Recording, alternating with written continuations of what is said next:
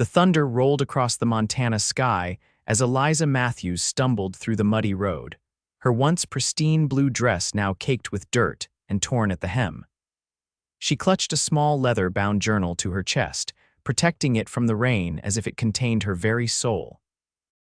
The year was 1876, and she had traveled too far to surrender to despair now, even as the mud sucked at her boots and the rain soaked through to her skin. Eliza's golden brown hair, usually neatly pinned, had come loose, falling in wet tendrils around her face as she squinted through the downpour at the distant lights of Silverwood. The frontier town represented her last hope, a place where no one knew her name or the scandal that had driven her from Boston. Her breathing came in ragged gasps as she pushed forward, one foot in front of the other, focusing on those flickering lanterns that promised shelter. She didn't hear the approaching horse until it was nearly upon her, the sound of hooves muffled by the storm. The rider pulled up sharply, and Eliza stumbled backward, nearly losing her footing on the slippery ground. "Whoa there," a deep voice called out as the rider dismounted in one fluid motion. The man approached slowly, hands slightly raised to show he meant no harm. "Miss, are you all right?"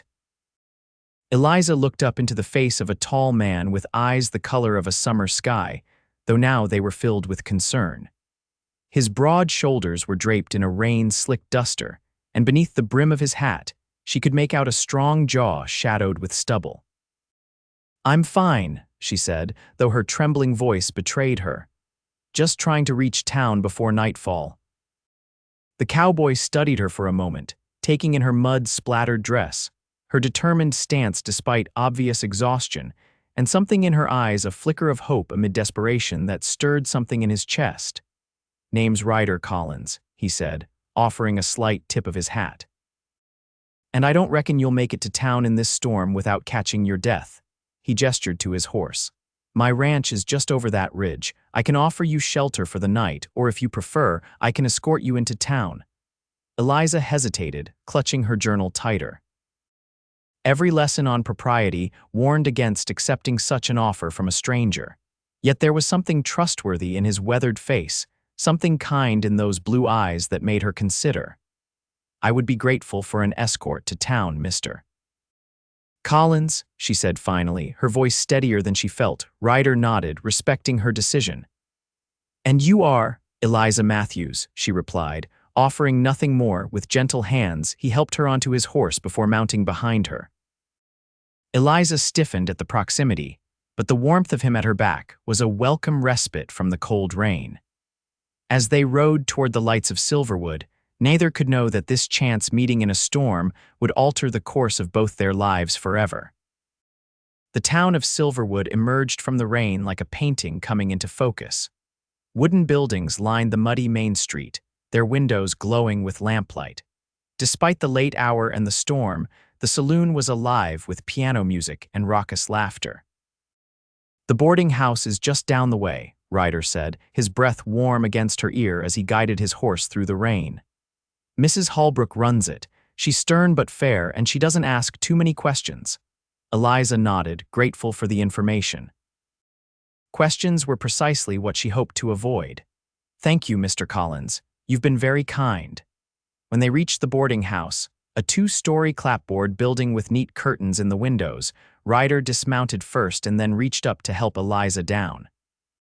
His hands were strong and calloused as they spanned her waist, and despite her exhaustion, she felt a curious flutter in her stomach at his touch. "Wait here," he said, tethering his horse to the post. "Let me check if Mrs. Holbrook has a room available." Before Eliza could protest, he was bounding up the steps to the front door. She stood in the rain, suddenly aware of how bedraggled she must look, her once fine dress ruined, her hair a tangled mess. What must this cowboy think of her? And more importantly, what would the formidable Mrs. Holbrook think? Ryder returned moments later, his expression troubled. "I'm sorry, Miss Matthews. Mrs. Holbrook says she's full up with a family that came in on the afternoon stage." He hesitated. "There's the hotel, but it's not the sort of place a lady should stay alone." Eliza's heart sank. The meager funds she carried would not last long in a town where she had no prospects and no connections. I see, she said, trying to keep the desperation from her voice. Perhaps there's somewhere else. Ryder ran a hand through his hair, pushing back his hat. My offer still stands. My ranch is clean and proper, and I can give you my word as a gentleman that you'll be safe there. I have a housekeeper, Mrs. Farley, who lives on the property. You can have my room, and I'll bunk in the spare quarters. Eliza weighed her options, which were rapidly dwindling with the fading light. Very well, Mr. Collins, she finally said. I accept your offer, but only for tonight. Tomorrow I'll find more suitable arrangements. Relief crossed Ryder's face. Fair enough. He helped her back onto his horse and mounted behind her. As they rode out of town, Eliza wondered if she had made a terrible mistake or if fate had just handed her an unexpected kindness. The ride to Ryder's ranch took nearly half an hour through the driving rain. By the time the silhouette of a sturdy ranch house appeared against the darkening sky, Eliza was shivering uncontrollably, her teeth chattering despite her best efforts to hide her discomfort. Almost there, Ryder said, spurring his horse toward the welcoming light of the porch lantern.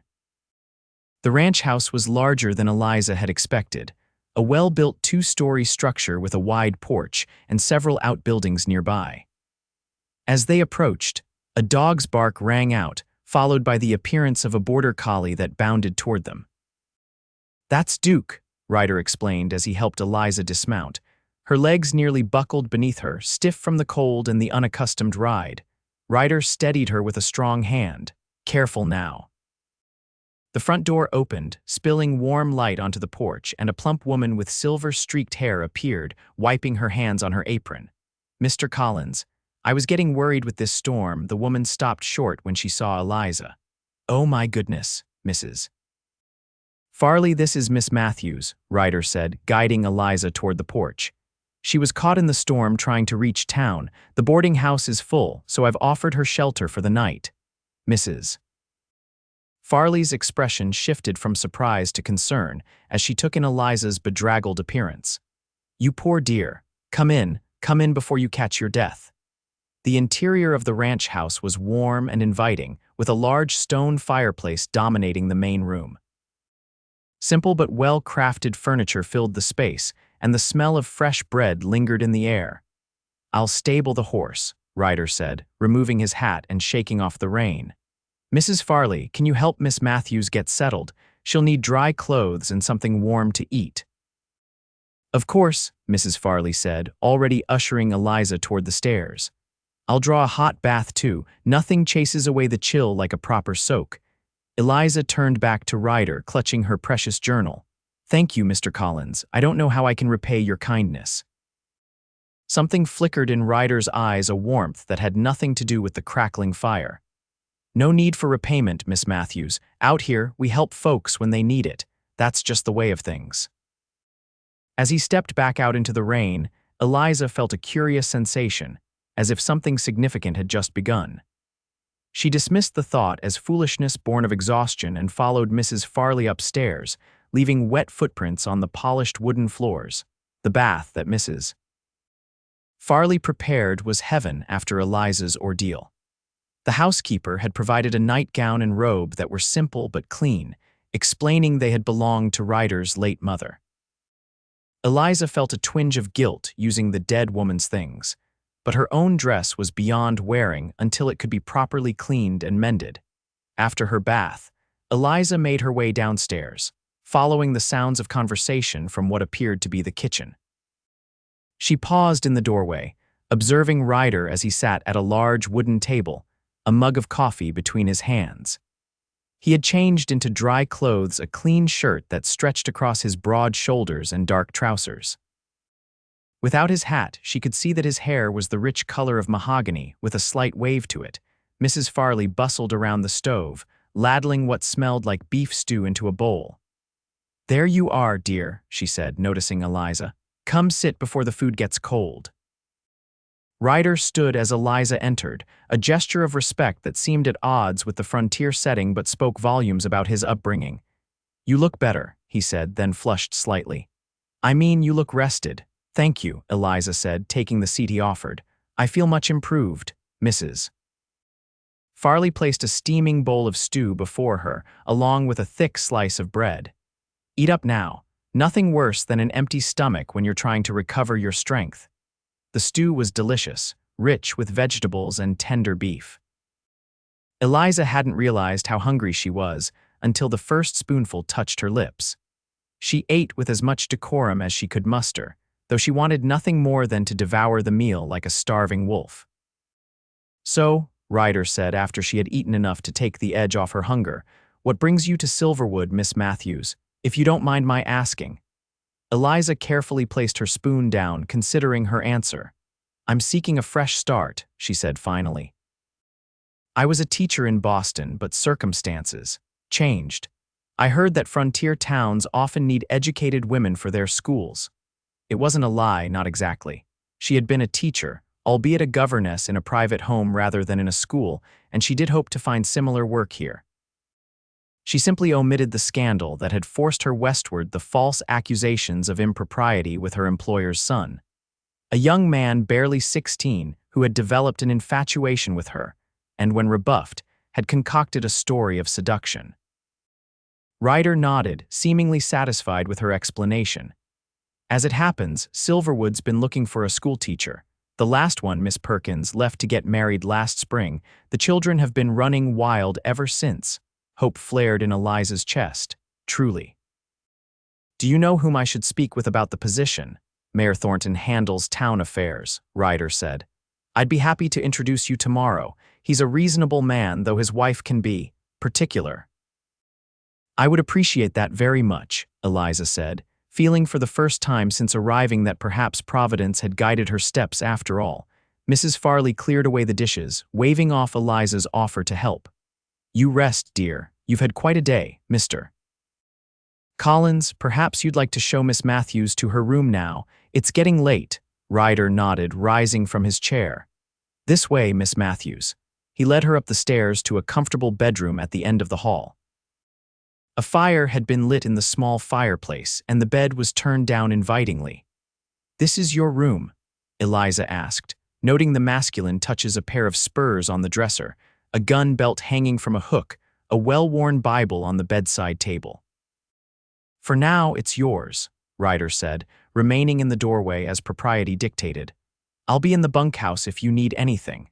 Mrs. Farley sleeps in the room at the bottom of the stairs." Eliza turned to face him, suddenly overwhelmed by the events of the day and the kindness of this stranger. "Mr. Collins, I don't know how to thank you." Ryder's gaze was steady, his blue eyes reflecting the firelight. "No thanks needed, Miss Matthews. Just get some rest."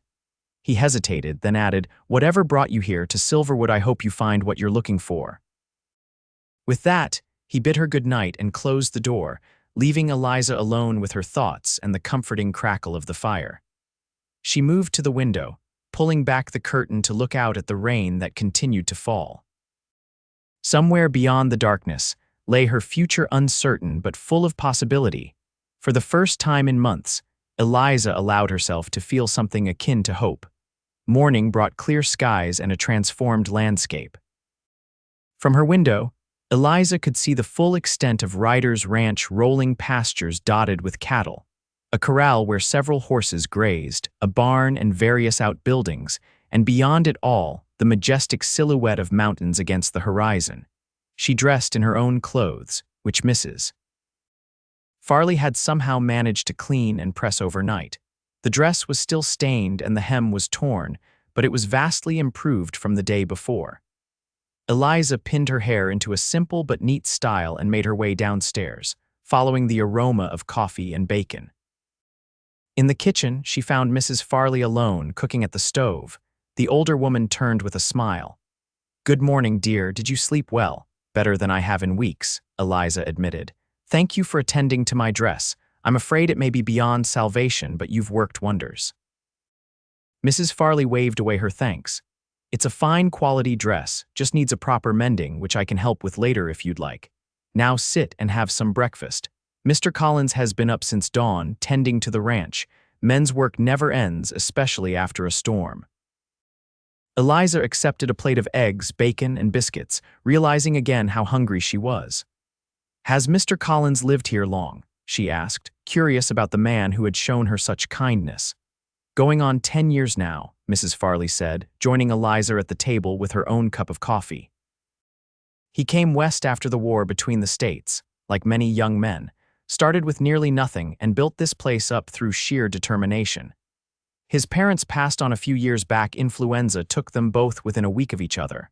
Hard on him, that was, but he's resilient. He seems a good man, Eliza observed, thinking of the respectful way he had treated her despite finding her in such desperate circumstances.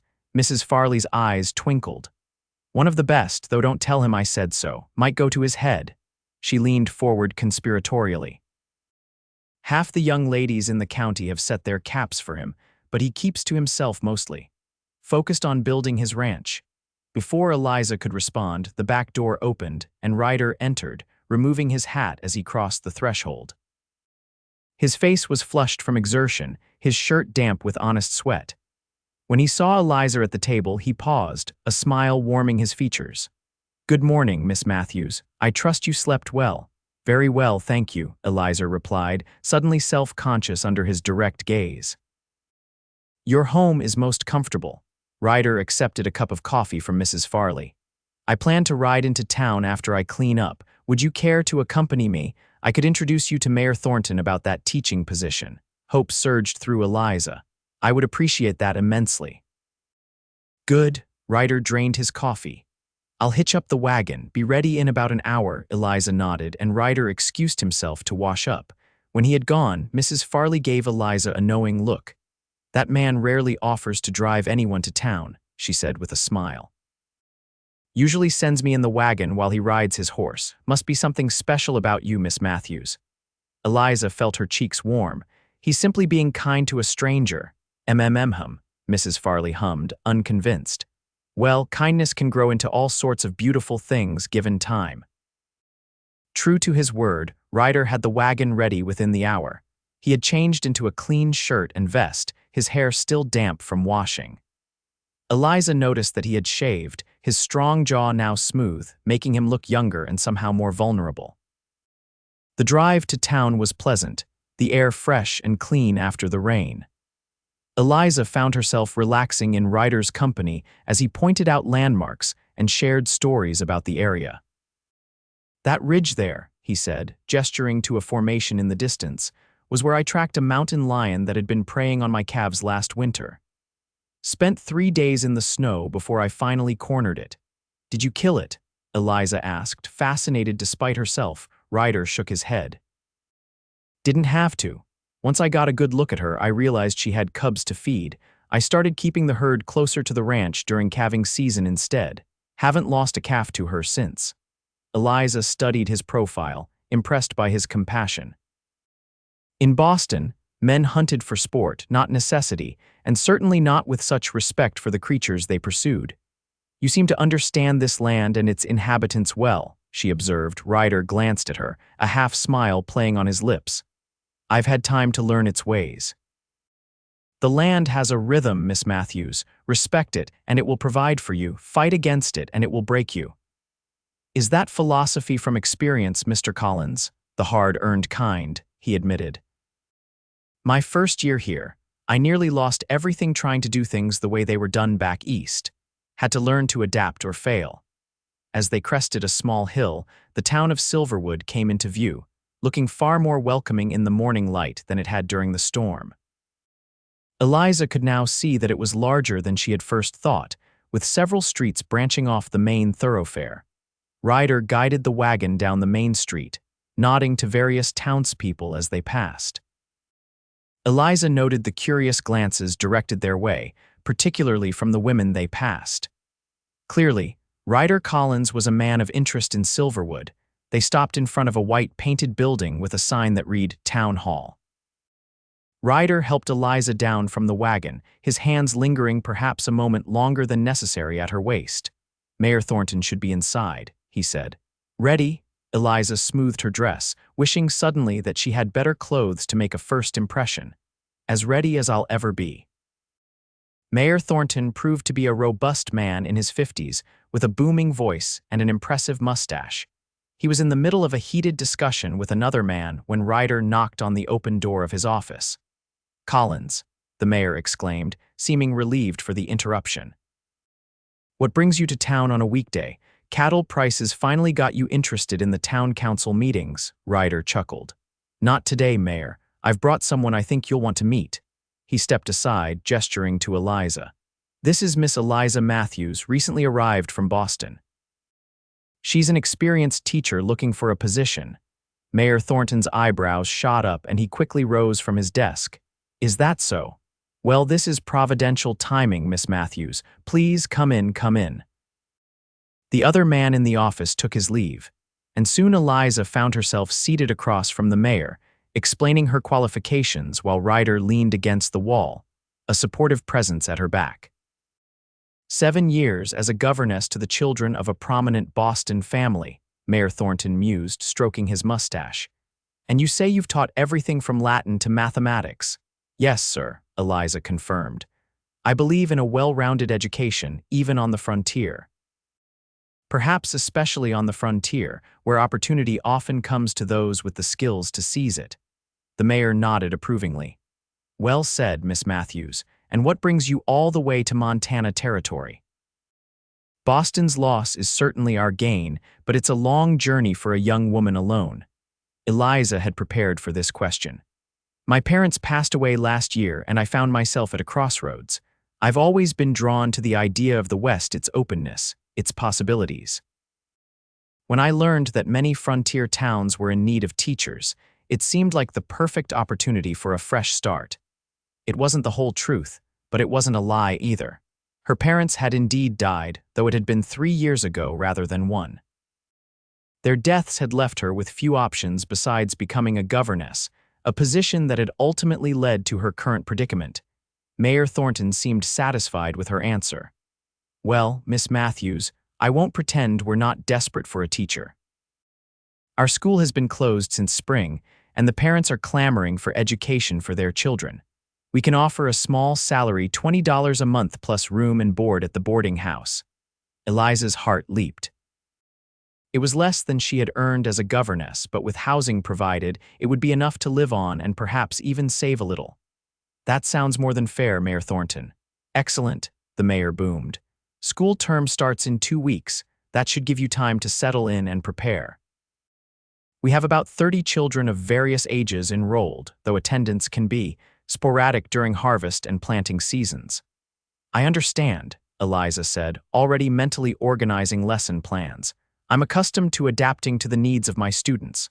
"Then I believe we have an agreement." Mayor Thornton extended his hand, which Eliza shook firmly. "Welcome to Silverwood, Miss Matthews. I'll have the town clerk draw up the contract this afternoon. You can sign it tomorrow." As they left the town hall, Eliza could hardly contain her excitement. "I can't believe it," she said to Ryder as they walked back to the wagon. "A position already, and a place to live," Ryder smiled, his blue eyes crinkling at the corners. "Told you Providence had a hand in bringing you here. Now, how about we celebrate with lunch at the cafe, Mrs. Miller makes the best apple pie west of the Mississippi." "That sounds wonderful," Eliza agreed, feeling lighter than she had in months. For the first time since the scandal had erupted, forcing her to flee Boston in disgrace, she felt as though she might actually build a life here, a good life. The cafe was a cheerful establishment with checked curtains and polished wooden tables. Several diners looked up when they entered, and Eliza noticed the same curious glances she had observed earlier. A plump woman with rosy cheeks approached them, wiping her hands on her apron. "Ryder Collins twice in 1 month. Must be my lucky day," she teased, then turned curious eyes to Eliza.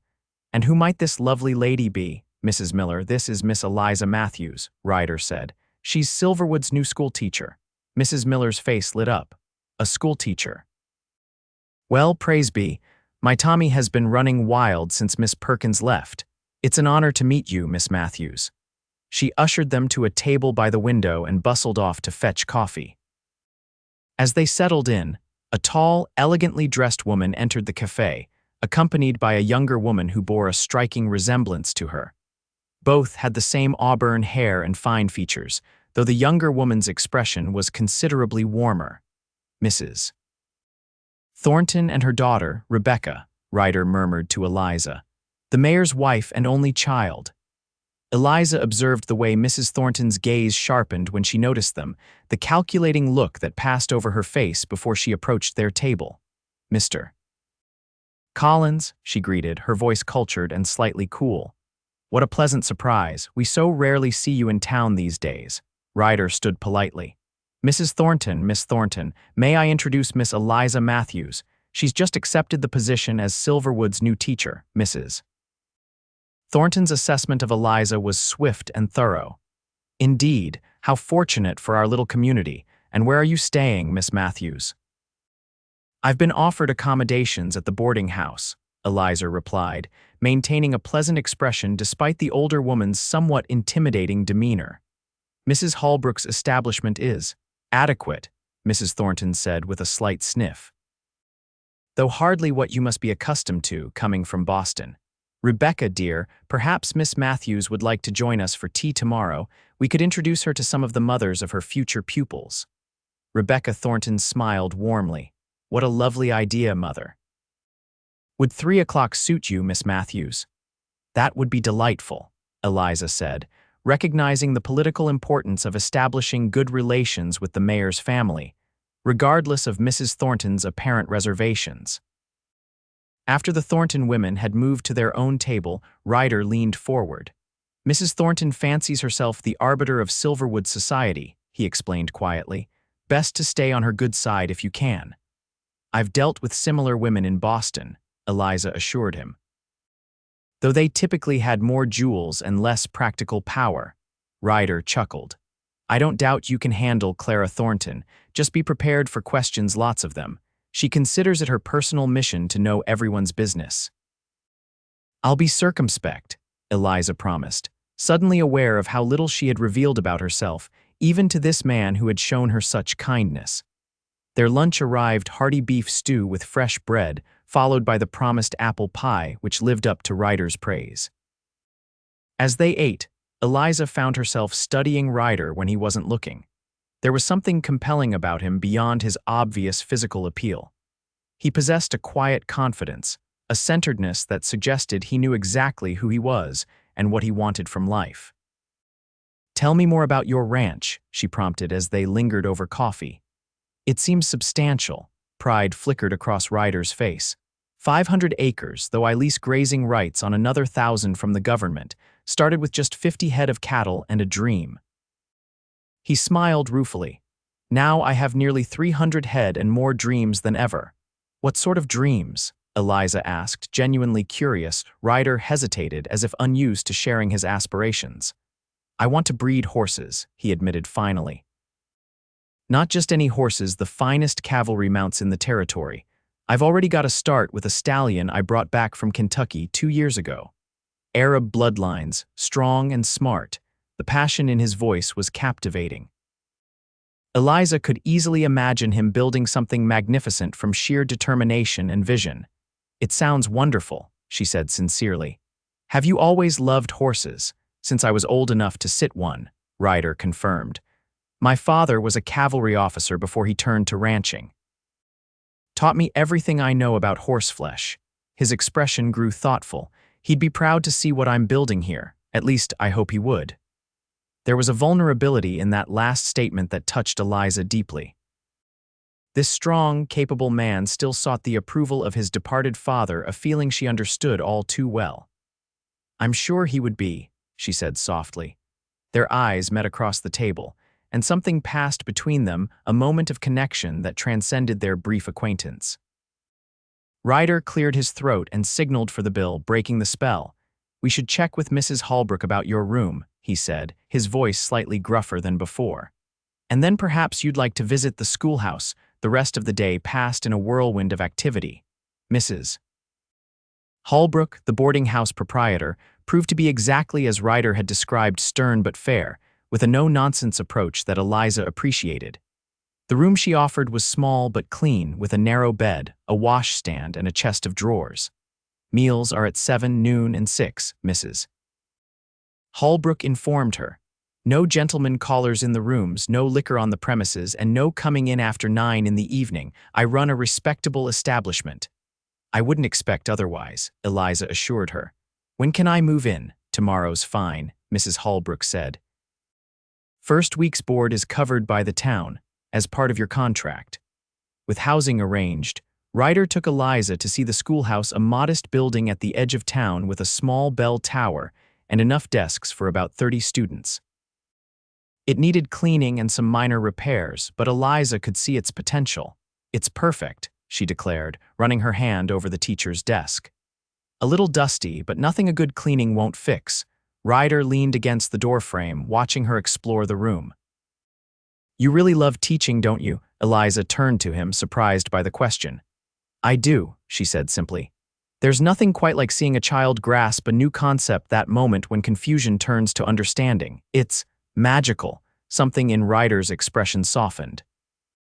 "You'll be good for this town, Eliza Matthews." It was the first time he had used her given name, and the sound of it in his deep voice sent an unexpected thrill through her. "I hope so," she replied. "I certainly intend to try." As the sun began to lower in the sky, they reluctantly headed back to the wagon for the return journey to Ryder's ranch.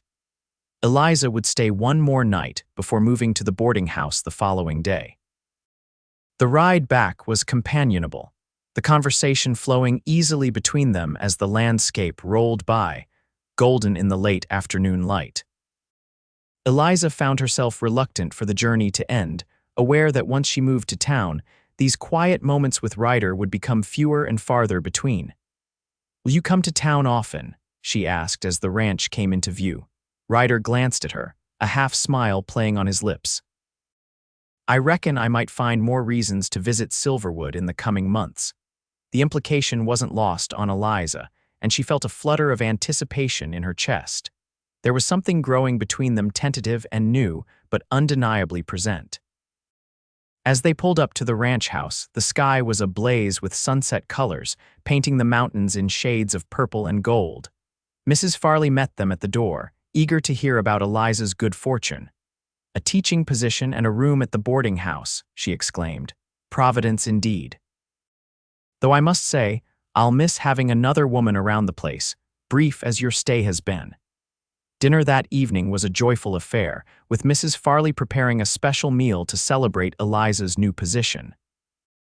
Afterward, as night fell, Eliza found herself reluctant to retire, knowing it was her last evening at the ranch. "Would you care to sit on the porch for a while?" Ryder asked, as if sensing her reluctance. "The stars should be out in force tonight after yesterday's rain." They settled on the porch swing, a respectable distance between them, though Eliza was acutely aware of Ryder's presence beside her. Above them, the stars emerged one by one, brilliant against the velvet darkness of the Montana sky. "I've never seen stars like this," Eliza murmured. "In Boston, the city lights dim them considerably." "One of the many gifts of this land," Ryder said, his voice low and warm in the darkness. "Room to breathe, room to see the stars, room to become who you're meant to be." "Is that what brought you here?" Eliza asked. "The chance to become who you were meant to be." Ryder was quiet for a moment. "Partly," he admitted. "After the war, everything back east felt confined, predetermined. Out here, a man is judged more by what he builds than by where he comes from or who his people were." "A fresh start," Eliza mused. "We have that in common, it seems." "We do," Ryder agreed. He hesitated, then added, "Whatever you're running from, Eliza, it doesn't define you here, just so you know." Eliza's breath caught in her throat. How had he guessed? Had she been so transparent? "I'm not sure what you mean," she said carefully. Ryder's gaze was gentle in the dim light from the porch lantern.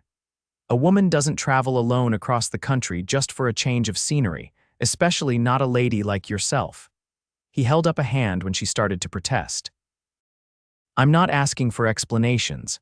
I'm just saying that everyone in Silverwood has a past. It's what you do here that matters."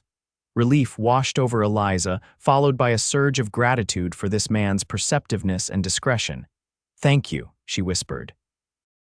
They sat in comfortable silence for a while, the porch swing creaking gently as they rocked. In the distance, a coyote called, its lonely cry echoing across the valley. I should retire, Eliza said finally, though she was reluctant to end this peaceful moment. Tomorrow will be a busy day. Ryder nodded, rising to his feet and offering her his hand. I'll drive you to town after breakfast.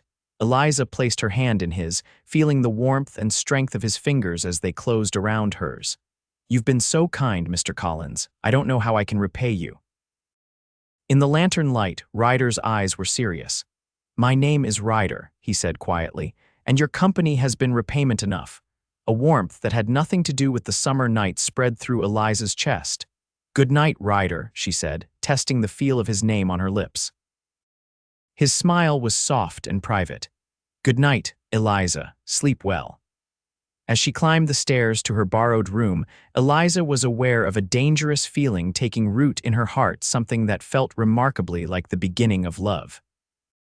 It was too soon, too impractical, and yet she couldn't deny the connection she felt to this quiet, honorable man who had found her in the mud and offered her not just shelter, but respect and dignity when she needed it most.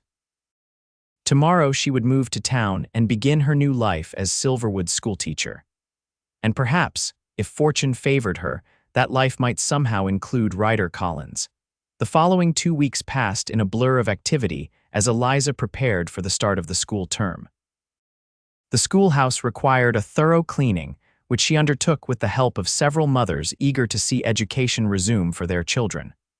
Lesson plans needed to be developed, books inventoried, and supplies ordered.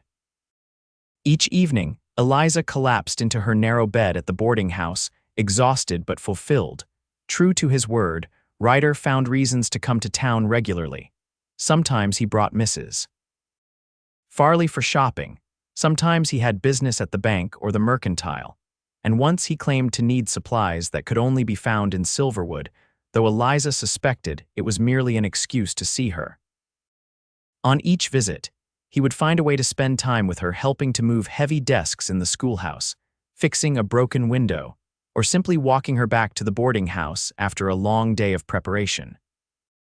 Their conversations continued to flow easily, their connection deepening with each encounter. Tea with Mrs. Thornton and her daughter had proved less daunting than Eliza had feared. While the mayor's wife was clearly curious about Eliza's background, Rebecca's friendly manner had eased the tension, and Eliza had managed to navigate the older woman's probing questions with diplomatic responses that revealed little while seeming to share much. Now, with just 3 days until school was to begin, Eliza stood in the schoolhouse, surveying her work with satisfaction. The floors gleamed with fresh polish, the windows sparkled, and new chalk waited on the ledge of the freshly cleaned blackboard. She had organized the students' books by age group and subject, created a seating chart based on the information provided by parents, and even hung a few modest decorations to make the room more welcoming. A knock at the open door drew her attention, and she turned to find Ryder leaning against the doorframe, his hat in his hands. Impressive, he said, looking around the transformed schoolhouse.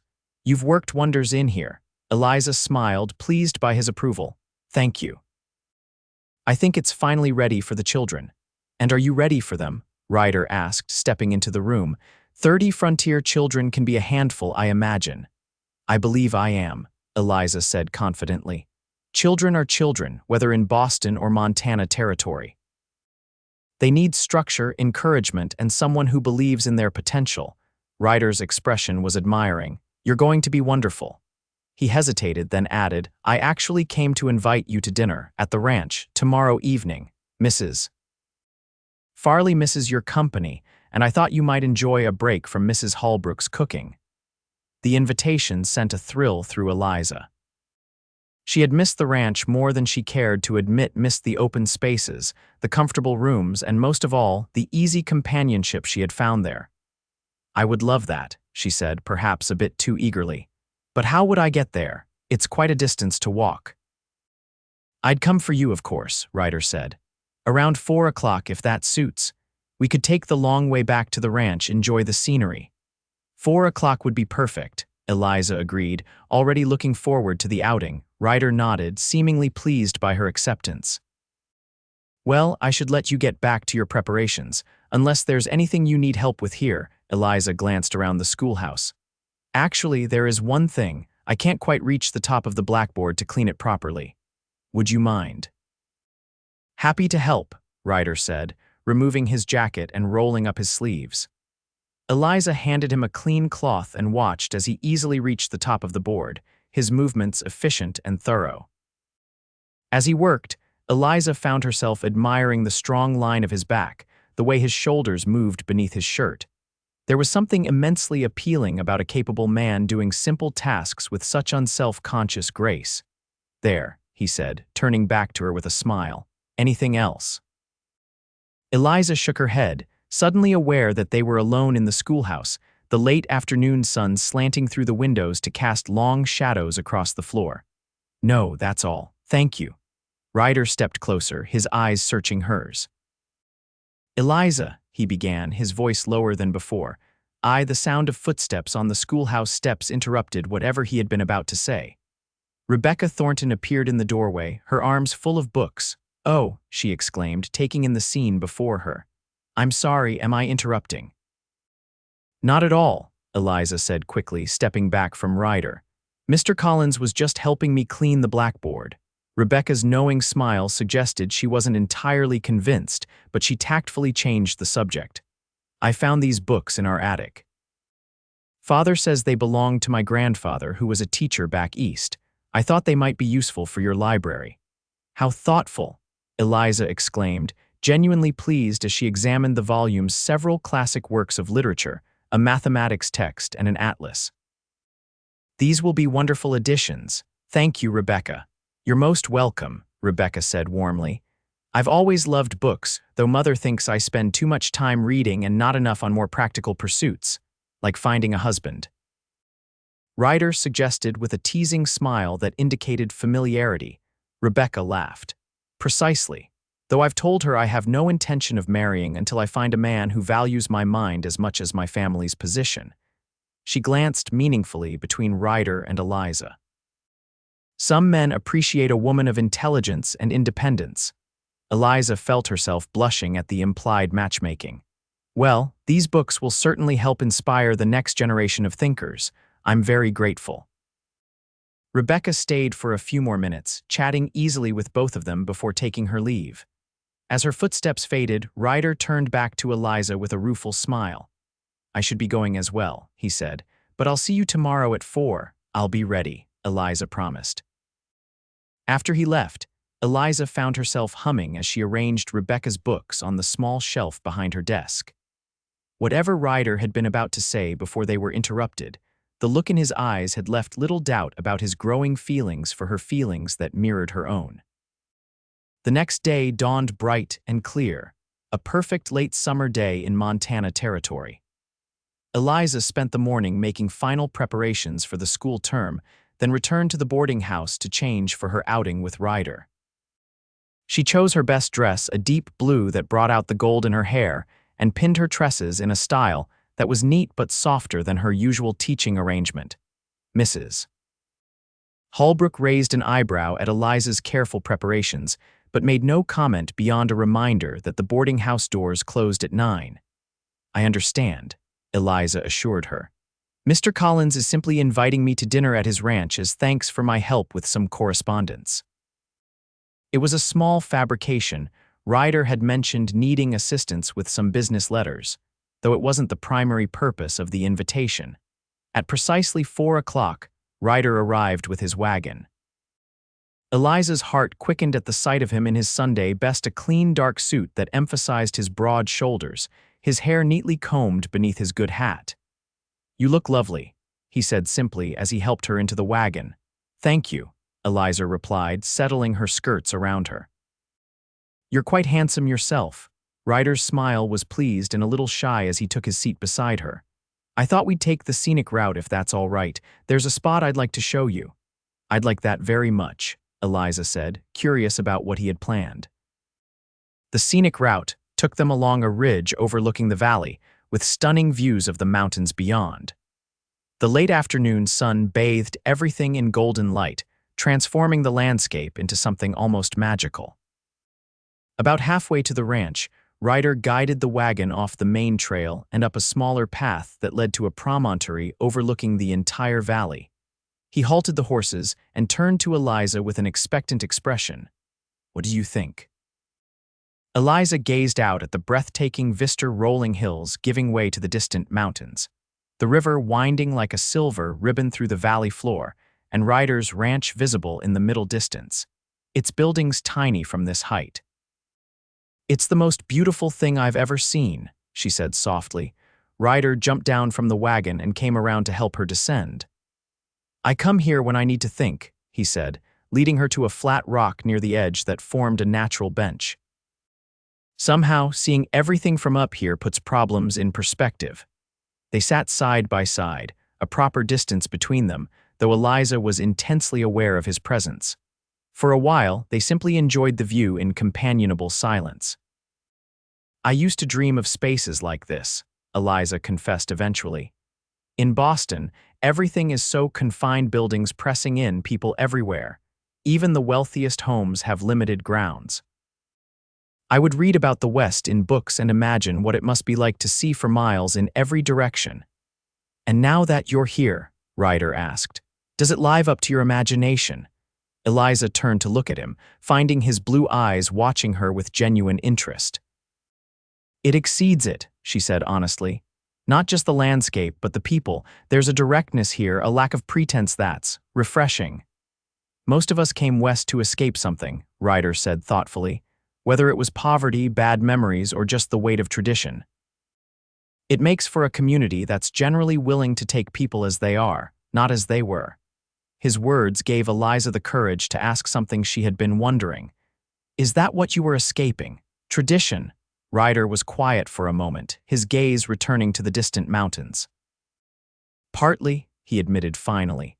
"My family had expectations that I'd take over my father's shipping business, marry the daughter of his business partner, live in the family home in Virginia. All very proper, all very planned out. And you didn't want that life," Eliza guessed. "I couldn't breathe just thinking about it," Ryder confirmed. "Then the war came and I enlisted. 4 years in the cavalry showed me a different way of living. After it ended, I knew I couldn't go back to that prescribed life." He glanced at her. "My father never forgave me for it, not really. We reconciled before he died, but there was always that disappointment between us." The vulnerability in his admission touched Eliza deeply. "I'm sorry," she said softly. "It's hard to disappoint those we love, even when we must follow our own path." "What about you?" Ryder asked, his voice gentle. "What were you escaping when you came west?" Eliza hesitated. She had shared so little of her true circumstances with anyone in Silverwood, fearing that the scandal that had forced her flight from Boston might somehow follow her and destroy her chance at a new beginning. But something in Ryder's steady gaze made her want to trust him with the truth. "Disgrace," she said finally, her voice barely above a whisper. "I was governess to the Harrington family. Their son, William, he was 16 and fancied himself in love with me. When I gently rejected his advances, he told his parents that I had been the one to behave inappropriately, that I had tried to seduce him." Ryder's expression darkened, "and they believed him." "Of course they did," Eliza said bitterly. "He was their son, their heir. I was just a paid employee, a woman of no particular importance or connection. My reputation was ruined overnight. No respectable family in Boston would hire me after that. So you came west," Ryder finished for her, "where no one knew your name or the lies told about you." Eliza nodded, unable to meet his eyes. Would he think differently of her now? Would he question whether there might have been some truth to William's accusations? Instead, she felt Ryder's hand cover hers where it rested on the rock between them. "Thank you for trusting me with the truth," he said quietly. "It changes nothing about who you are to me." Eliza looked up, startled by his words and the warmth in his voice. "You believe me, just like that." "I believe in the woman I've come to know," Ryder said simply. "The woman who treats everyone with kindness and dignity. The woman whose eyes light up when she talks about teaching children. The woman I found in the mud with hope still shining in her eyes despite whatever hardships had brought her there." His fingers tightened around hers. That woman wouldn't lie about something like this. Tears welled in Eliza's eyes at his unwavering faith in her character. "Thank you," she whispered, They sat in silence for a moment, their hands still joined on the sun-warmed rock. Finally, Ryder spoke again, his voice soft but determined. "Eliza, I know we haven't known each other long, but I want you to know that I care for you, deeply. More than I thought possible in such a short time." Eliza's heart seemed to pause, then race ahead. "I care for you too," she admitted, her voice steadier than she felt. Ryder shifted to face her more directly. "I don't want to rush you, especially with school starting in a few days, but I'd like to court you properly if you're willing. Sunday dinners, social calls, escorting you to town events, all above board and respectable." A joy, unlike anything Eliza had experienced before, bloomed in her chest. "I would like that very much," she said, unable to keep the smile from her face. Ryder's answering smile was brilliant, transforming his already handsome features into something that made Eliza's breath catch. "Well then," he said, lifting her hand to his lips for a brief, proper kiss, "I believe we have an understanding." The moment was perfect, the golden light, the spectacular view, the promise of something beautiful beginning between them. Eliza knew she would remember it always, this turning point in her life when hope became certainty. As the sun began to lower toward the horizon, they reluctantly returned to the wagon to continue their journey to the ranch, where Mrs. Farley awaited them with a special dinner, and, Eliza suspected, her own quiet approval of the connection growing between them.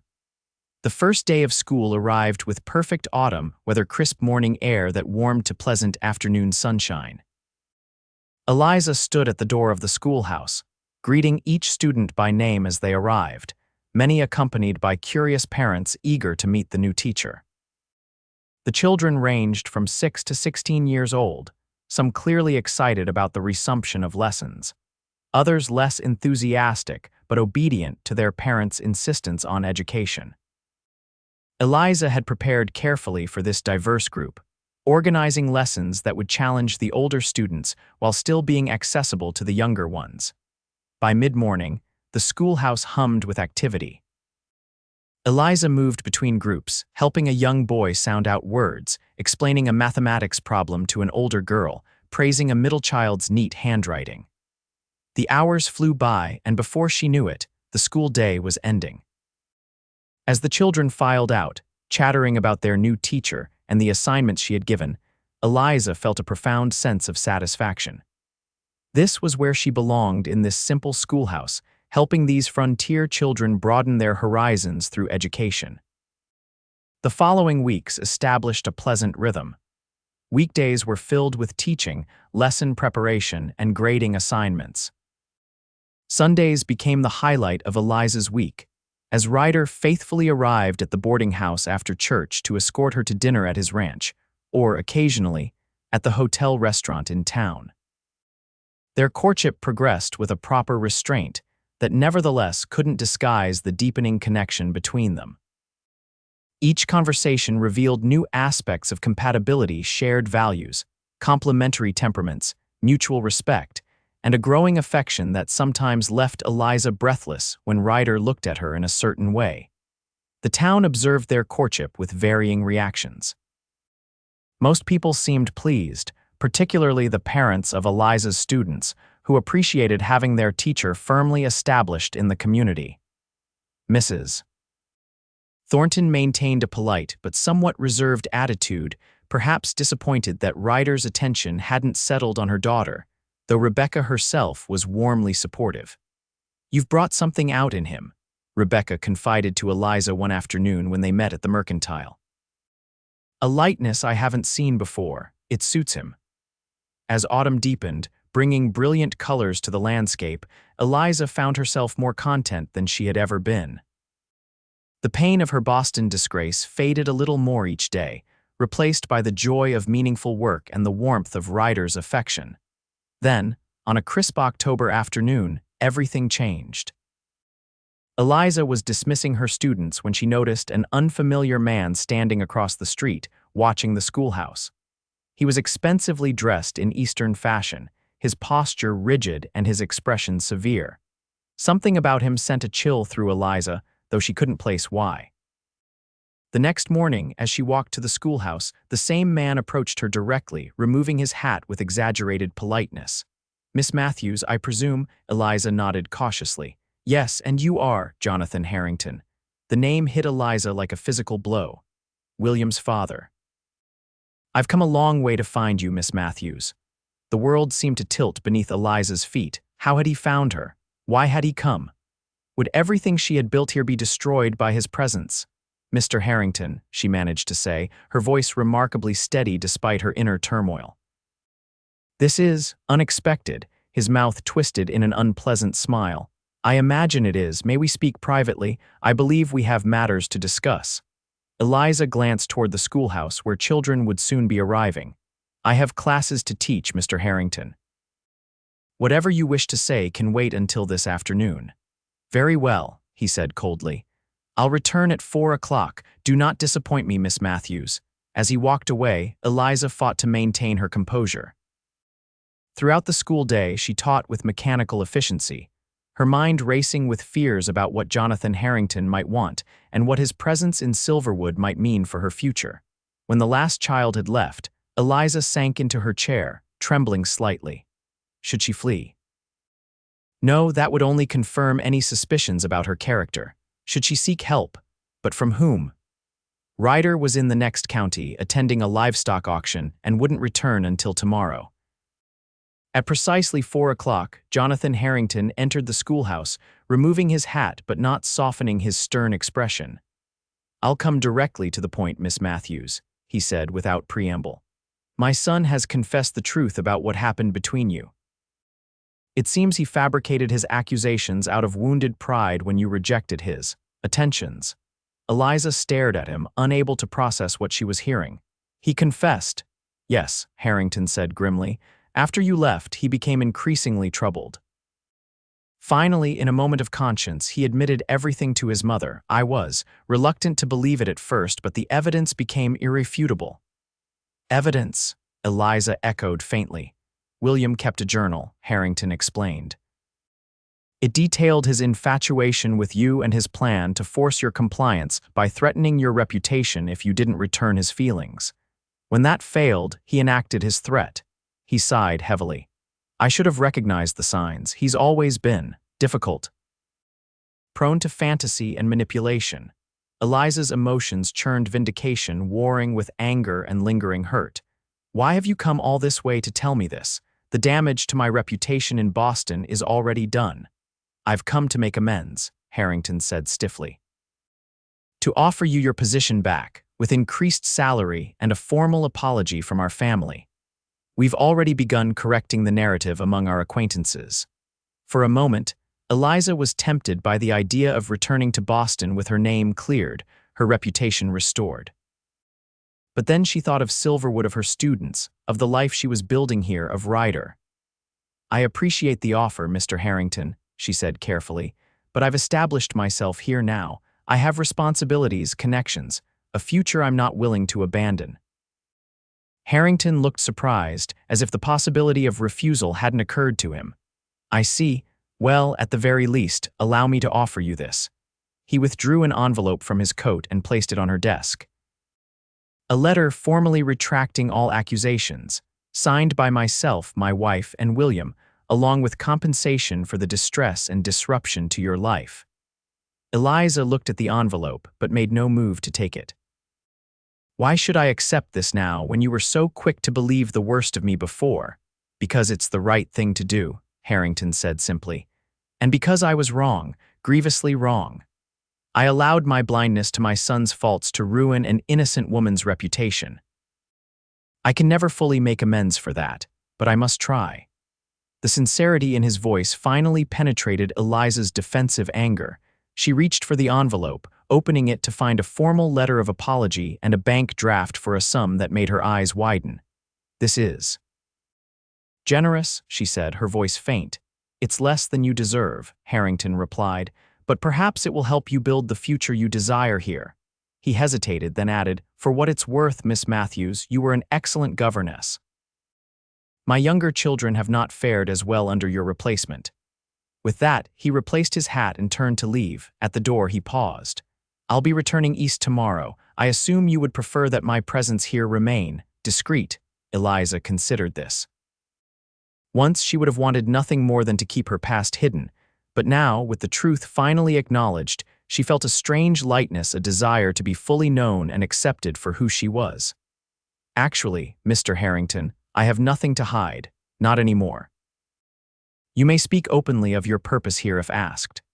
Surprise flickered across his face, followed by what might have been respect. He nodded once and departed, leaving Eliza alone with the vindication she had never expected to receive and the certainty that, regardless, her future lay in Silverwood. That evening, Eliza sat on the boarding house porch, the letter from the Harringtons in her lap, lost in thought. So absorbed was she that she didn't notice the approaching Ryder until he was dismounting at the gate. "Ryder," she exclaimed, rising to her feet. "I thought you weren't returning until tomorrow." "I finished my business early," he said, taking the porch steps 2 at a time. "Couldn't stand another night away." He stopped when he saw her expression. "What's wrong? You look troubled." In that moment, Eliza made her decision. "I need to tell you something," she said. "Something I should have told you from the beginning." Ryder's expression grew serious. "I'm listening." Eliza gestured to the porch swing. "Sit with me, it's a long story." As the evening shadows lengthened, Eliza told Ryder everything, not just the outline she had shared on the promontory, but every painful detail of her time with the Harringtons, William's inappropriate behavior, his revenge when rejected, and finally, Jonathan Harrington's unexpected appearance and apology. When she finished, she handed Ryder the letter. "So you see, I'm officially an innocent woman. My name is cleared." Ryder read the letter carefully, then folded it and returned it to her. "You always were innocent, Eliza. This just confirms what I already knew." His unwavering faith in her brought tears to Eliza's eyes. "Even so, I should have told you everything from the beginning. I was afraid you might doubt me, afraid the scandal might follow me here and ruin my chance at a new life." "I understand why you were cautious," Ryder said gently. "Trust takes time to build. But Eliza, nothing in this letter changes how I feel about you. If anything, knowing the full extent of what you've overcome only increases my admiration for your strength and dignity." Eliza looked into his eyes, seeing nothing but sincerity and affection. "So where does this leave us?" Ryder took her hands in his touch warm and reassuring. "That depends on you. Does this change your plans? Will you return to Boston now that your name is cleared?" "No," Eliza said without hesitation. "My life is here now. My students need me and I." She paused, gathering her courage. "I need you. I love you, Ryder." The words, once spoken, hung in the air between them like a promise. Ryder's eyes widened, then softened with an emotion that made Eliza's heart race. "I love you too, Eliza Matthews," he said, his voice rough with feeling. "More than I thought possible." He leaned forward slowly, giving her time to pull away if she wished. Instead, Eliza met him halfway, their lips coming together in a kiss that was gentle at first, then deepening with the emotion they had both been holding in check for weeks. When they finally parted, both a little breathless, Ryder rested his forehead against hers. "I had a whole speech planned," he admitted with a soft laugh. "For Sunday, I was going to take you back to that promontory at sunset." "A speech," Eliza echoed, her heart suddenly beating faster. Ryder pulled back slightly, reaching into his pocket. "I still have the ring, at least." He produced a small velvet box and opened it to reveal a delicate gold band set with a single perfect diamond flanked by tiny sapphires. "It was my grandmother's," he explained. "My mother gave it to me before she died, said I should save it for when I found a woman worthy of it." Eliza's breath caught as Ryder slid from the porch swing to one knee before her. "Eliza Matthews, from the moment I found you on that muddy road, something in me recognized something in you, a kindred spirit, a missing piece I didn't know I was searching for. These past months have only confirmed what I somehow knew that first night. You are the woman I want to spend my life with." His blue eyes shone with emotion in the fading light.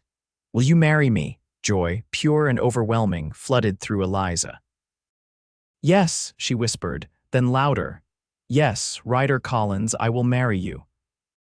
As he slipped the ring onto her finger, its weight unfamiliar but perfect, Eliza marveled at the journey that had brought her to this moment, from disgrace in Boston to happiness in Montana territory, from a woman running from scandal to a woman running toward love. Ryder rose to sit beside her again, pulling her close for another kiss that sealed their promise to each other. When they parted, Eliza noticed Mrs. Holbrook watching from the window, her usual stern expression softened by what might have been a smile. "I think our courtship just became very official," Eliza murmured with a small laugh. "Good," Ryder said firmly. "By tomorrow the whole town will know we're engaged. No more hiding, no more shadows from the past, just us building a future together." As night fell over Silverwood, Eliza leaned her head against Ryder's shoulder, his arm warm around her waist. The stars appeared one by one above them, brilliant against the vast Montana sky, and Eliza felt a peace she had never known before, the certainty of being exactly where she was meant to be, with exactly the right person by her side. The news of Eliza and Ryder's engagement spread through Silverwood like wildfire. By the time Eliza arrived at the schoolhouse the next morning, she was greeted with knowing smiles and congratulations from parents dropping off their children. The students themselves were abuzz with excitement, particularly the girls, who clamored to see her ring and dreamily imagined what her wedding dress might look like. Mrs. Thornton, true to form, wasted no time in positioning herself as an unofficial wedding coordinator, arriving at the schoolhouse after classes with a notebook full of suggestions. A December wedding would be lovely, she declared, settling uninvited into a chair across from Eliza's desk. "We could decorate the church with evergreens and red berries, very festive." "That's very thoughtful, Mrs. Thornton," Eliza said diplomatically, "but Ryder and I haven't yet discussed a date." "Well, you mustn't wait too long," Mrs. Thornton advised. "These things take preparation, especially if you want to order a proper gown from back east. Though, of course, you'll need to be measured soon if there's to be accommodation for any upcoming changes." Her meaningful glance at Eliza's midsection made her implication clear, and Eliza felt her cheeks grow warm with indignation. "Mrs. Thornton, I assure you, there is no need for haste beyond our mutual desire to begin our life together," she said firmly. "Ryder and I have conducted ourselves with complete propriety throughout our courtship." The older woman had the grace to look slightly abashed. "Of course, dear, I meant no offense. It's just that such a whirlwind romance often leads to speculation. Then perhaps those inclined to speculate should direct their energies elsewhere," Eliza suggested with a pleasant smile that nevertheless held steel beneath it. Mrs. Thornton departed shortly thereafter, leaving Eliza both amused and irritated by the encounter. She was still gathering her things to leave when Rebecca Thornton appeared in the doorway, an apologetic expression on her face. "I passed Mother on the road," she said by way of greeting. "From her expression, I gather she's been offering her unsolicited wedding advice." Eliza laughed despite herself. "She has indeed very specific advice about timing and accommodations." Rebecca rolled her eyes. "Oh goodness, I'm so sorry. Mother sees matrimony as the ultimate female achievement and babies as the proof of success. Pay her no mind." She entered the schoolhouse fully, placing a small package on Eliza's desk. "I brought you this, a small engagement gift." Touched, Eliza opened the package to find a beautifully bound journal with cream pages and a soft leather cover. "Rebecca, it's lovely. For recording the beginning of your new life," Rebecca explained. "All the little moments you'll want to remember later." Impulsively, Eliza hugged the younger woman. "Thank you, not just for the gift, but for your friendship. It's meant more than you know." Rebecca returned the embrace warmly. "I'm thrilled for you both. Ryder deserves happiness, and so do you." She pulled back with a mischievous smile. "Even if Mother is secretly disappointed that he didn't choose me despite her years of none too subtle matchmaking." "Were you disappointed?" Eliza asked, suddenly concerned. Rebecca laughed merrily. "Heavens, no, Ryder is like a brother to me. We grew up together, and while I adore him dearly, I never had romantic feelings for him." Her expression grew more serious. "Besides, I've set my sights on a rather different sort of future. I'm planning to attend the women's college in Denver next year. Father has finally agreed, though Mother is still hoping I'll change my mind in favor of a suitable marriage." That's wonderful, Eliza exclaimed. You'll make an excellent student.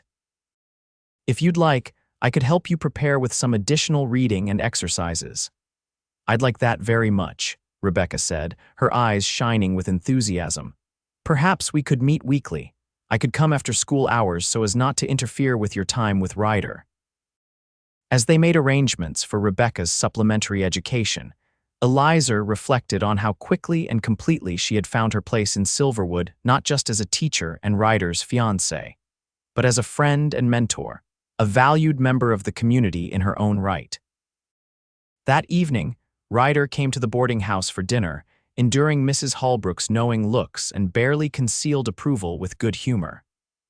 Afterward, they sat on the porch as had become their custom, discussing wedding plans and their future together. I was thinking perhaps a spring wedding, Eliza suggested, when the wildflowers are blooming in the valley. Ryder considered this, his thumb absently stroking the back of her hand where it rested in his. Spring would be lovely, he agreed, though that's 6 months away. Think you can wait that long to be Mrs. Collins? The way he said, Mrs. Collins sent a pleasant shiver through Eliza. It would give us time to prepare properly, she pointed out, and to make some changes to the ranch house if you're still amenable to my suggestions. Your suggestions are excellent, Ryder assured her. Expanding the kitchen, adding a proper study for your books, all of it. I want the ranch to be as much your home as mine. They had already begun discussing how to blend their lives. Eliza would continue teaching until the end of the school year, then decide whether to return in the fall or focus on the ranch, and perhaps someday, children of their own. There is one more thing, Ryder said, his expression turning serious. That bank draft from Harrington, it's a substantial sum. Eliza nodded. She had shown Ryder the amount, still somewhat in disbelief herself at the Harringtons' generous compensation. I've been thinking about what to do with it. And, Ryder prompted, I'd like to use part of it to establish a scholarship fund for Silverwood students who wish to continue their education beyond what our school can offer, Eliza explained. Like Rebecca, who wants to attend college in Denver. There must be other young people here with similar aspirations, but without the financial means to pursue them. Ryder's expression was one of admiration. That's a wonderful idea, turning something painful into an opportunity for others. I thought perhaps we could call it the Collins Matthews Educational Fund, Eliza continued. The rest I'd like to invest in our future together, perhaps breeding horses, as you've dreamed of doing. Our future, Ryder repeated, his voice warm with pleasure. I like the sound of that. He drew her closer, his arm around her shoulders. You know, when I found you that night with mud on your dress and determination in your eyes, I never imagined where that meeting would lead. Nor did I, Eliza admitted. I was simply grateful for shelter from the storm. I couldn't have dreamed you'd become my haven in a more permanent sense. Ryder's eyes were tender as they met hers. A haven. Yes, that's what I want to be for you, Eliza, and you for me. The kiss they shared then was full of promise for tomorrow and all the days to follow, for a life built together on the foundation of mutual respect, shared values, and deepening love. Spring arrived in Montana territory with a riot of color and fragrance as wildflowers carpeted the valley, and the trees burst into leaf. The date for the wedding had been set for the first Saturday in May, and as the day approached, Silverwood buzzed with anticipation for what promised to be the social event of the year. Eliza had indeed ordered a gown from back east, though not the elaborate creation Mrs. Thornton had envisioned. Instead, she had chosen a simple but elegant design of ivory silk with delicate lace at the collar and cuffs. It had arrived 2 weeks before the wedding, requiring only minor alterations which Mrs. Farley had skillfully completed. The ranch house had undergone a transformation over the winter months. The kitchen had been expanded, a study added for Eliza's growing collection of books, and the master bedroom refreshed with new curtains and a larger bed that had made Ryder blush when it was delivered. Mrs. Farley had overseen most of the changes, consulting with Eliza on details, while Ryder focused on his expanding horse breeding operation, now funded in part by Eliza's investment. The Collins-Matthews Educational Fund had been established with the remainder of the Harrington money, already generating interest from the community. 3 Silverwood students, including Rebecca Thornton, had applied for assistance for the coming academic year. As the wedding day dawned clear and mild, Eliza stood at the window of her room at the boarding house, watching the sun rise over the mountains. After today, she would never again spend a night in this narrow bed. After today, she would be Mrs. Ryder Collins with a home and husband of her own. The thought brought a surge of joy so intense it almost frightened her. How had she come so far from that rain-soaked, desperate woman stumbling through the mud less than a year ago? A knock at her door broke her reverie. Mrs. Holbrook entered, carrying a breakfast tray and wearing an uncharacteristically sentimental expression. "Can't have you fainting at the altar from hunger," she said gruffly, setting down the tray. "Big day ahead." "Thank you, Mrs. Holbrook," Eliza said warmly. "For breakfast and for everything these past months. You've made the boarding house feel like home." The older woman waved away her gratitude. "You've been a model lodger. No gentlemen callers in the rooms, no liquor, never late coming home." A hint of a smile softened her stern features. "Though I dare say Mr. Collins would have liked to break at least one of those rules on occasion." Eliza laughed, surprised by the housekeeper's teasing. "Perhaps, but he respected your home and your rules." "A good man," Mrs. Holbrook agreed. "You've chosen well, Miss Matthews. Or I should say, the soon-to-be Mrs. Collins."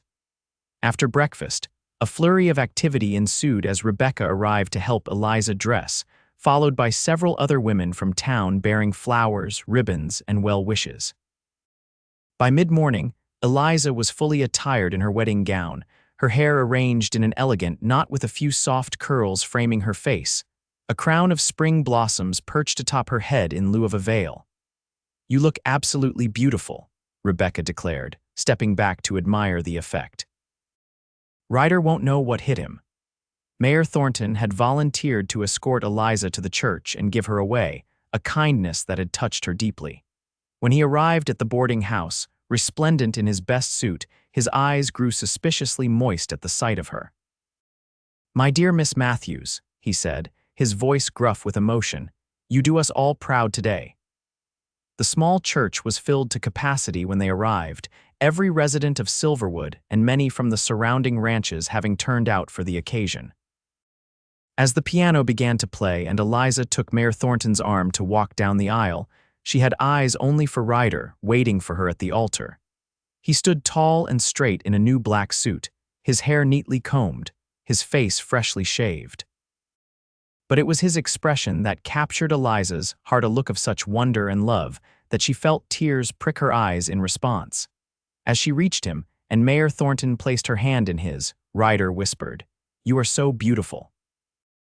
The ceremony itself was both traditional and personal, with Ryder and Eliza exchanging vows they had written themselves in addition to the familiar promises of the marriage service. When the minister finally pronounced them husband and wife, Ryder's kiss was tender but held a promise of passion that made Eliza's cheeks flush, and the congregation erupt in good-natured cheers. The celebration afterwards spilled from the church into the town square, where tables had been set up for a community feast. There was music and dancing, speeches and toasts, and through it all, Ryder kept Eliza close, his hand often finding hers as if to reassure himself that she was truly his wife at last. As the afternoon waned toward evening, they made their farewells and departed in Ryder's wagon, now decorated with ribbons and flowers by mischievous well-wishers. The journey to the ranch, their home, was filled with a charged anticipation, a sweet tension that had built through months of honorable restraint. When they arrived, Ryder surprised Eliza by lifting her into his arms to carry her across the threshold. "Welcome home, Mrs. Collins," he murmured, setting her gently on her feet in the entrance hall. Mrs. Farley had outdone herself, preparing the house for their return. Fresh flowers adorned every room, a cold supper waited in the dining room, and a fire had been lit in their bedroom, taking the chill from the spring evening. The housekeeper herself was nowhere to be seen, having tactfully retired to her cottage at the edge of the property to give the newlyweds privacy. They dined quietly, the conversation easy but underlaid with anticipation. Afterward, Ryder led Eliza to the porch, where they stood looking out at the land that was now truly theirs together, the ranch, the distant mountains, the future stretching before them. "Happy?" Ryder asked, his arm around her waist, drawing her close to his side. "Completely," Eliza assured him, turning in his embrace to face him. "Are you?" His answer was a kiss that began gently but quickly deepened, expressing all the love and desire he had held in check during their courtship. When they finally parted, both breathless, Ryder rested his forehead against hers. "I've been waiting to do that properly since the first moment I saw you," he admitted. "Even with mud on your dress and rain in your hair, you were the most beautiful woman I'd ever seen." Eliza smiled, remembering that night that now seemed so long ago. "And you were my knight in a rain-slicked duster, offering shelter when I needed it most." "I'll always be that for you," Ryder promised, his voice low and serious. "A shelter, a haven, a home, and I for you," Eliza whispered. As the first stars appeared in the darkening sky, Ryder took his wife's hand and led her inside, closing the door on the world outside and beginning the private celebration of their union that would mark the first night of their married life together. 5 years later, Eliza Collins stood on the porch of the ranch house, watching as Ryder guided their 3-year-old daughter, Emily, on her first pony ride. The little girl's delighted laughter carried across the yard, her copper curls a perfect blend of her mother's golden brown and her father's mahogany, bouncing with each careful step of the gentle pony. At Eliza's feet, 10-month-old James crawled determinedly toward the steps, his chubby hands reaching for adventure. "Oh no, you don't, young man," Eliza said, scooping him up. "Those steps are still too much for you." The baby gurgled happily in her arms, his blue eyes exact replicas of his father's, twinkling with mischief. Eliza pressed a kiss to his downy head, breathing in his sweet scent and marveling, as she often did, at the perfect completeness of her life. The ranch had prospered beyond their expectations. Ryder's dream of breeding exceptional horses had become a reality, with Collins' ranch stock now sought after throughout the territory and beyond. The expanded operation had required additional hands, and the bunkhouse now housed 6 cowboys year-round, with more during the busy seasons. Eliza had continued teaching for 2 years after their marriage, finally retiring when she was expecting Emily. She still tutored occasionally, particularly advanced students preparing for further education, and she remained actively involved in the educational fund, which had already sent 5 Silverwood young people to colleges back east or in Denver. Rebecca Thornton had been the first recipient, completing her studies with distinction and returning to Montana to establish a small newspaper in Silverwood. The Silverwood Sentinel was now in its 2nd year of publication, providing the growing town with local news and connecting it to the wider world. Mrs. Farley still presided over the household, though now with the help of a young woman from town who came in daily. The housekeeper had taken on the role of honorary grandmother to the Collins children, spoiling them with cookies and stories, while maintaining just enough discipline to keep them from running completely wild. Life wasn't without its challenges. There had been a difficult winter, a prairie fire that had threatened their grazing land, and Eliza's first pregnancy had ended in a heartbreaking miscarriage. But through it all, their partnership had only strengthened, their love deepening with shared joys and sorrows. Now, watching Ryder with their daughter, Eliza felt the familiar swell of love in her chest. He was as gentle and patient with their children as he was with his prized horses, firm when needed but unfailingly kind. Fatherhood had softened some of his edges while strengthening his core, making him even more the man she had fallen in love with. As if sensing her thoughts, Ryder looked up, meeting her gaze across the yard. The smile he gave her still had the power to quicken her heartbeat, a private smile that held memories of their first meeting, their wedding night, and countless moments of connection in between. He guided the pony toward the house, one hand steadying Emily in the saddle. "Look, Mama." The little girl called excitedly. I'm riding like Papa. I see that, sweetheart, Eliza called back. You're doing beautifully. When they reached the porch, Ryder lifted Emily from the saddle and set her on her feet. She immediately scampered up the steps to press a slightly sticky kiss to her brother's cheek, making him giggle. Think we'll have another horse rider soon? Ryder asked, nodding toward James. Undoubtedly, Eliza said with a laugh. He already tries to climb everything in sight. I suspect he'll be even more adventurous than his sister. Ryder came up the steps to join his family, dropping a kiss on Eliza's lips before taking James from her arms. That's a Collins trait, isn't it, son? Always looking for the next adventure. The baby babbled in apparent agreement, patting his father's face with enthusiastic hands. As the sun began to set, painting the mountains in shades of gold and purple, the family made their way inside for dinner. The evening routine was well-established baths for the children, a story or two, then tucking them into bed before Ryder and Eliza had time to themselves. Later, as they sat on the porch swing that had replaced the simple chairs of years ago, Eliza leaned her head against Ryder's shoulder, content in the peaceful moment. Do you ever think about that night? She asked softly. When we first met, Ryder's arm tightened around her shoulders. Often, he admitted. I thank Providence for that storm every day. As do I, Eliza said, though at the time it seemed like one more hardship in a long string of them. Life has a way of disguising blessings sometimes, Ryder observed. That muddy road led you to me, and every step since then has been part of a journey I wouldn't trade for anything.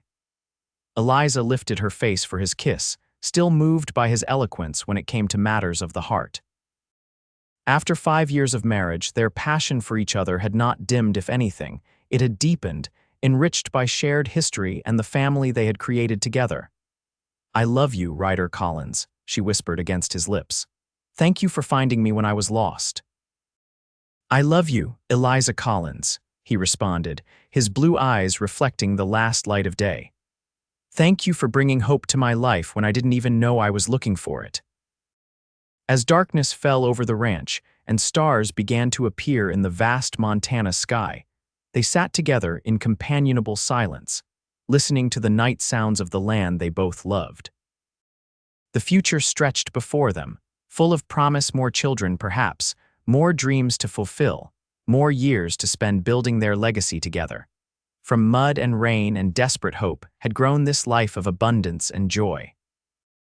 And through whatever storms might come, they would face them as they had faced everything since that first fateful meeting together, with courage and unwavering love forever.